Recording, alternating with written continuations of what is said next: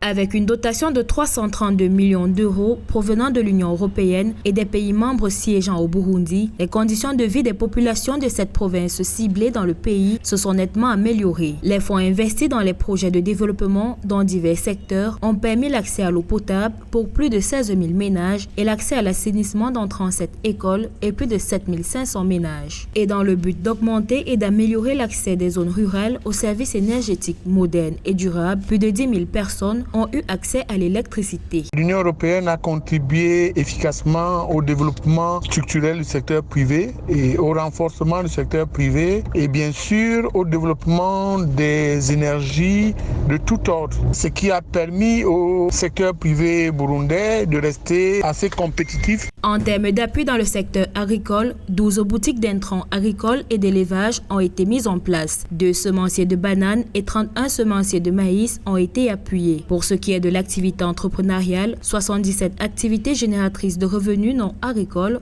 ont été créées. Pour une meilleure autonomisation, les Burundais, à travers l'investissement de l'Union européenne, ont bénéficié de renforcement de capacités en matière de formation professionnelle et technique dans les domaines de la soudure, la couture, la bureautique et la menuiserie. L'accompagnement que le Burundi peut apporter aux investissements qui ont été faits par l'Union européenne devrait être un accompagnement du cadre légal dans la sécurisation des investissements, la multiplication de la rentabilité du secteur énergétique. Les actions de l'Union européenne s'inscrivent dans les orientations et les stratégies définies conjointement avec le gouvernement burundais. Sur le volet de développement rural, cette institution contribue à la résilience des populations burundaises.